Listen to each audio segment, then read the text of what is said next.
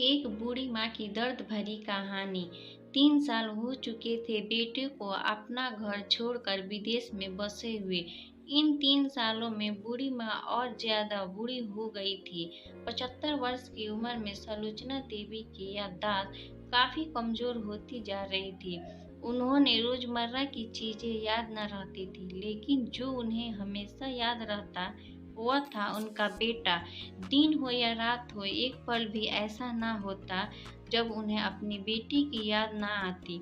दूसरी तरफ बेटा था जो साल भर में एक बार अपने माँ को फोन कर लिया करता और 1-2 मिनट से ज्यादा बातें भी ना किया करता। फिर भी यह बूढ़ी माँ टटकी लगाए अपने बेटी का इंतजार करती रहती। एक दिन बेटा का विदेश से फोन आया। हेलो हेलो, सुन रही हो ना माँ? अनिल बोल रहा हूँ। तुम्हारा बेटा कैसी हो माँ? मैं ठीक हूँ बेटा, तुम बहू और मेरा पोता कैसा है? माँ ने पूछा। सब अच्छे हैं माँ, मैं अगले हफ्ते गांव आ रहा हूँ माँ, तुम्हें लेने। अब हम सब साथ में ही लंदन में रहेंगे माँ।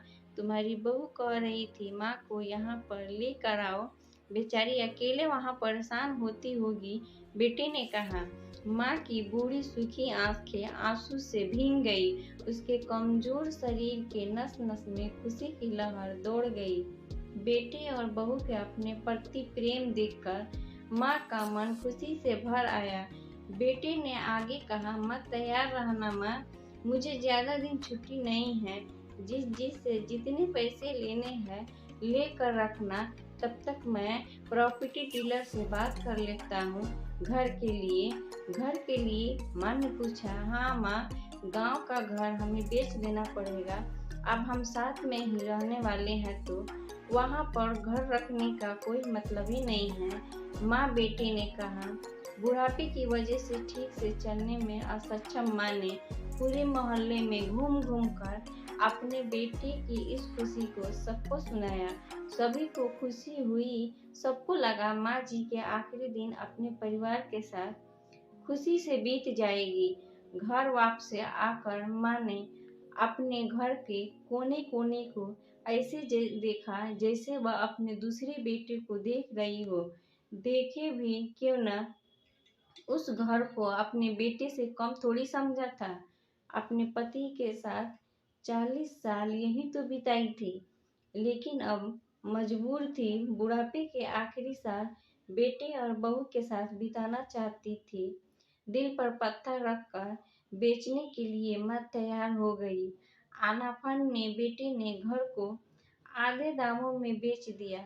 माँ ने ज्यादा नहीं, लेकिन जिन चीजों से दिल लगाया था उन चीजों को समेटा और बेटे के साथ टैक्सी में बैठकर एयरपोर्ट के लिए चली गई। एयरपोर्ट पर आकर बेटे ने माँ से कहा, माँ तुम यहाँ बेंच पर बैठो, मैं सामान और बोर्डिंग पास की जांच करा कर आता हूँ। वहाँ वक्त लगता है और खड़ा रहना पड़ता है, तुम्हें तकलीफ होगी, तुम यहीं आराम करो। मैं यूं गया और यूं आया। माँ बेंच पर बैठ गई और बेटा अंदर चला गया। काफी समय हो गया, बेटा वापस नहीं लौटा। माँ सोचने लगी, ज्यादा भीड़ होगी इसलिए देर लग रही होगी। अंधेरा होने को आया। अब तो लोगों की चहलकदमी भी कम होने लगी। माँ को अब चिंता होने लगी। एक कर्मचारी ने आकर पूछा, किससे मिलना है माँ जी आपको? यहाँ पर क्यों बैठी है? डरती हुई आवाज से सुलोचना देवी बोली, मेरा बेटा अंदर सामान की जांच कराने गया है, लंदन जा रहे हैं हम। क्या नाम है माँ जी आपके बेटे का? कर्मचारी ने पूछा। अनिल नाम है मेरे बेटे का, सुलोचना देवी ने बताया। कर्मचारी अंदर गया और थोड़ी देर बाद बाहर लौटा। उसने सुलोचना देवी से कहा, माँ जी लंदन जाने वाली फ्लाइट तो दोपहर में ही जा चुकी है और आपका बेटा भी उस फ्लाइट में बैठकर लंदन जा चुका है। अब आपके यहाँ बैठने का कोई मतलब नहीं है, आप भी घर चले जाइए। क्या जा चुका है और मैं घर जाऊं? घर? माँ की आंखों की आंसू का सैलाब उठने लगा। जैसे तैसे माँ घर पहुंची, जो अब उसका था ही नहीं। भीग चुका था। वो वहीं बरामदे में तुलसी के पास सो गई। घर के नए मालिक को उस पर दया आई तो एक कमरा किराया से उसको दे दिया। पेंशन के पैसों से खाना और किराया का बंदोबस्त होता जाता था। दिन बीतने लगे। कुछ दिनों बाद घर के नए मालिक ने सुलोचना से कहा, माँ जी, आप अपने रिश्तेदारों के यहाँ पर जाकर क्यों नहीं रहती? इस उम्र में आपके लिए वही अच्छा होगा।